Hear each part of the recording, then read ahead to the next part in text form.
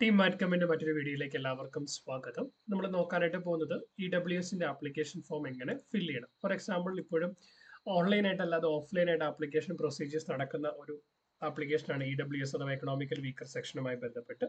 രണ്ട് രീതിയിലുള്ള സർട്ടിഫിക്കറ്റ് ഉള്ളത്, സെൻട്രൽ ഗവൺമെന്റ് പർപ്പസിന് വേണ്ടി, സ്റ്റേറ്റ് ഗവൺമെന്റ് പർപ്പസിന് വേണ്ടി. എന്താണ് ഈ സർട്ടിഫിക്കറ്റ്, എങ്ങനെ അപേക്ഷ കൊടുക്കാം, ഇതൊക്കെ ഡീറ്റെയിലുകളെല്ലാം നമ്മൾ മറ്റൊരു വീഡിയോയിൽ അപ്ലോഡ് ചെയ്തിട്ടുണ്ട്. ഞാൻ ലിങ്ക് ഡിസ്ക്രിപ്ഷനിൽ കൊടുക്കാം, നിങ്ങൾ കണ്ടു നോക്കാം. ഇവിടെ നമ്മൾ ഇത് എങ്ങനെ ആപ്ലിക്കേഷൻ ഫിൽ ചെയ്യാമെന്ന രീതിയിൽ മാത്രമാണ് നോക്കുന്നത്. നിങ്ങൾക്ക് എന്തെങ്കിലും സംശയങ്ങൾ ഉണ്ടെങ്കിൽ അത് മറക്കാതെ കമന്റ് ചെയ്യാൻ കൂടി ശ്രമിക്കുക. സോ ഇതിന്റെ ഒരു ആപ്ലിക്കേഷൻ ഫോം ഇങ്ങനെയാണ് കിടക്കുക. ഇത് സെൻട്രൽ ഗവൺമെന്റിന്റെ ആപ്ലിക്കേഷൻ ഫോം ആണ്. Application form for the economically weaker section, income certificate for the financial year. ഏത് വർഷത്തേക്കാണ് വേണ്ടത്? അപ്പോൾ നമുക്കിവിടെ ക്ലിയർ ആയിട്ട് നമുക്കിവിടെ സ്പെസിഫൈ ചെയ്യാം ഏത് വർഷത്തേക്കാണ് നമുക്ക് സർട്ടിഫിക്കറ്റ് വേണ്ടത്.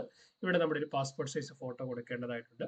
ആപ്ലിക്കന്റിന്റെ പേര്, അച്ഛന്റെ പേര്, ജെൻഡർ ഏതാണ്, date of birth, Aadhaar number, നിങ്ങളുടെ കാസ്റ്റ് ഏതാണ്. കാസ്റ്റ് മീൻ ഇപ്പൊ ക്രിസ്ത്യൻ ആണെങ്കിൽ അതിന്റെ കൂടെ സീറോ മലബാർ കാത്തലിക് ആണോ, സീറോ മലങ്കര കാത്തലിക് ആണോ, അതോ ഇന്ത്യൻ ഓർത്തഡോക്സ് ചർച്ച് ആണോ, യാക്കോബിറ്റ് ചർച്ച് ആണോ.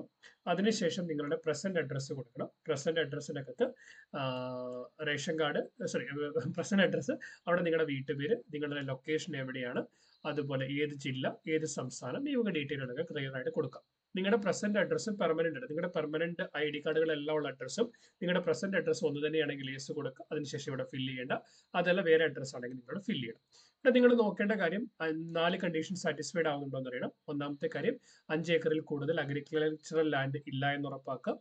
റെസിഡൻഷ്യൽ പ്ലോട്ട് എന്ന് പറയുന്നത് 1000 സ്ക്വയർ ഫീറ്റിൽ താഴെയാണ്. ഫോർ എക്സാമ്പിൾ, നിങ്ങൾ താമസിക്കുന്ന പ്ലോട്ട് എന്ന് പറയുന്നത് 1000 സ്ക്വയർ ഫീറ്റ് താഴെയാണെന്നുള്ളത്. റെസിഡൻഷ്യൽ പ്ലോട്ട് എന്ന് പറയുന്നത് നിങ്ങളുടെ ഏത് നോട്ടിഫൈഡ് മുനിസിപ്പാലിറ്റിയിലാണെങ്കിൽ 100 സ്ക്വയർ യാർഡിൽ താഴെയാണെന്നുള്ളത്. അതുപോലെ അതർ ദാൻ നോട്ടിഫൈഡ് മുനിസിപ്പാലിറ്റി ആണെങ്കിൽ 200 സ്ക്വയർ യാർഡിൽ താഴെയാണെന്നുള്ളത്. സോ വീടിന്റെ മൊത്ത വിസ്തീർണം എന്ന് പറയുന്നത് 1000 സ്ക്വയർ ഫീറ്റ് താഴെയായിരിക്കണം. റെസിഡൻഷ്യൽ പ്ലോട്ട് എന്ന് പറയുന്നത് ഒന്നെങ്കിൽ മുനിസിപ്പാലിറ്റിയിലും നോൺ നോട്ടിഫൈഡ് മുനിസിപ്പാലിറ്റികളിലും മാത്രമേ ഉള്ളൂ. കാരണം ബാക്കിയുള്ളിടത്തെല്ലാം ഈ റെസിഡൻഷ്യൽ പ്ലോട്ട് എന്ന് പറയുന്നത് പഞ്ചായത്തിലെ റെസിഡൻഷ്യൽ പ്ലോട്ടിന് ഒരു കാർഷിക ഭൂമിയായിട്ടാണ് പരിഗണിക്കുന്നത്. അതിനുശേഷം നിങ്ങൾ ഈ ഒരു ആപ്ലിക്കേഷൻ ഫോം കൊടുക്കണം. അതോടുകൂടി നിങ്ങളുടെ ആധാർ കാർഡിന്റെ കോപ്പി, റേഷൻ കാർഡിന്റെ കോപ്പി, അതുപോലെ തന്നെ നിങ്ങൾ കൊടുക്കേണ്ടത് ലാൻഡ് ടാക്സ് അടച്ചതിന്റെ റെസിപ്റ്റ്. നിങ്ങളുടെ വീട്ടിൽ ആർക്കൊക്കെ, അതായത് നിങ്ങളുടെ വീട്ടിൽ താമസിക്കുന്ന ആർക്കൊക്കെ ഭൂമിയുണ്ടോ, ആരുടെയൊക്കെ പേരിൽ ഭൂമിയുണ്ടോ, അതിന്റെ എല്ലാം കരമടച്ചതിന്റെ രസീത്, അതുപോലെ നിങ്ങളുടെ SLC ബുക്കിന്റെ കോപ്പി, അതുപോലെ ബർത്ത് സർട്ടിഫിക്കറ്റിന്റെ കോപ്പി, SLC ബുക്കിന്റെ കോപ്പി, ബർത്ത് സർട്ടിഫിക്കറ്റിന്റെ കോപ്പി, അതുപോലെ അച്ഛന്റെ SLC ബുക്കിന്റെ കോപ്പി, പിതാവിന്റെ SLC ബുക്കിന്റെ കോപ്പി. ഇൻ കേസ് നിങ്ങൾ എന്താ പറയുക, നിങ്ങൾ IT റിട്ടേൺ ഫയൽ ചെയ്യുന്ന ആളുകളാണെങ്കിൽ നിങ്ങളുടെ IT റിട്ടേണിന്റെ സ്ലിപ്പ്, അതുപോലെ സത്യവാങ്മൂലം എന്താണ് നമ്മൾ മറ്റൊരു വീഡിയോയിൽ അപ്ലോഡ് ചെയ്തിട്ടുണ്ട്. ഞാൻ ലിങ്ക് ഡിസ്ക്രിപ്ഷൻ ബോക്സിൽ കൊടുക്കാം. അതിനുശേഷം നിങ്ങളുടെ സിഗ്നേച്ചർ. അതിനുശേഷം വരുന്നതാണ് സർട്ടിഫിക്കറ്റ് ഫോർമാറ്റ്. നിങ്ങൾ ഇവിടെ ഒന്നും ഫില്ല് ചെയ്യരുത്. ഒരു കാര്യം പോലും ഫില്ല് ചെയ്യാതെ വേണം കൊടുക്കാനായിട്ട്. ആകെ നിങ്ങളുടെ പാസ്പോർട്ട് സൈസ് ഫോട്ടോ മാത്രം ഇവിടെ അറ്റാച്ച് ചെയ്യാം. പാസ്പോർട്ട് സൈസ് ഫോട്ടോ മാത്രം അറ്റാച്ച് ചെയ്ത് നിങ്ങളിത് കൊടുക്കാം. ഇതിന്റെ കൂടെ ഒരു കാര്യം കൂടി കാണും. അതാണ് കേന്ദ്ര സർക്കാർ ആവശ്യമുള്ള EWS സർട്ടിഫിക്കറ്റ് അപേക്ഷ വില്ലേജ് ഓഫീസറുടെ ശുപാർശ. ഇവിടെയും നിങ്ങൾ ഒന്നും ആപ്ലിക്കേഷൻ കൊടുക്കുന്ന സമയത്ത് ഫില്ല് ചെയ്യേണ്ടതായിട്ടില്ല. നിങ്ങൾ അപേക്ഷയുമായിട്ട് ചെല്ലുമ്പോൾ ചില വില്ലേജ്, അതുപോലെ നിങ്ങളുടെ പേര്, നിങ്ങളുടെ പിതാവിന്റെ പേര്, നിങ്ങളുടെ മാതാവിന്റെ പേര്, അതുപോലെ നിങ്ങളുടെ മേൽവിലാസം, അവരുടെ മേൽവിലാസം, മതമേത്, ജാതി ഏത്, തൊഴിലേത്, ഈ വക ഡീറ്റെയിലുകളൊക്കെ ഫില്ല് ചെയ്ത് തരാനായിട്ട് പറയും. ഈ വക ഡീറ്റെയിലുകൾ നിങ്ങളോട് ഫില്ല് ചെയ്ത് തരാൻ പറഞ്ഞ് നിങ്ങൾ ഫില്ല് ചെയ്ത് കൊടുക്കുക.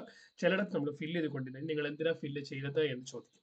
അതുകൊണ്ട് നിങ്ങൾ അത് ഫില്ല് ചെയ്ത് കൊടുക്കരുത്. ഓക്കെ, നിങ്ങളോട് ചെല്ലും, നിങ്ങളോട് ഫില്ല് ചെയ്യാൻ പറയുകയാണെങ്കിൽ ഫില്ല് ചെയ്യുക. എന്നിട്ട് നിങ്ങൾക്ക് ഈ വക ഞാൻ പറഞ്ഞ ഡോക്യുമെന്റുകളെല്ലാം കോപ്പിയോട് കൂടി ആപ്ലിക്കേഷൻ കൊടുക്കാവുന്നതാണ്. നിങ്ങൾ ഫസ്റ്റ് ആപ്ലിക്കേഷൻ കൊടുക്കേണ്ടത് നിങ്ങളുടെ വില്ലേജ് ഓഫീസിലാണ്. അതിനുശേഷം എന്താണ് പ്രൊസീജിയേഴ്സ് എന്നൊക്കെയുള്ള ഡീറ്റെയിൽ നമ്മൾ മറ്റൊരു വീഡിയോയിൽ അപ്ലോഡ് ചെയ്തിട്ടുണ്ട്. ലിങ്ക് ഞാൻ ഡിസ്ക്രിപ്ഷൻ ബോക്സിൽ കൊടുക്കാം, കണ്ടു നോക്കാം. വീഡിയോ യൂസ്ഫുൾ ആയെന്ന് വിശ്വസിക്കുന്നു. ഇതുപോലെ ഇൻഫോർമേറ്റീവ് കണ്ടന്റ്സിന് വേണ്ടി ചാനൽ സബ്സ്ക്രൈബ് ചെയ്യുക. നിങ്ങൾക്ക് എന്തെങ്കിലും സംശയങ്ങളുണ്ടെങ്കിൽ അതുകൂടി മറക്കാതെ കമന്റ് ചെയ്യുക. Keep watching, keep learning. Thanks for watching. By.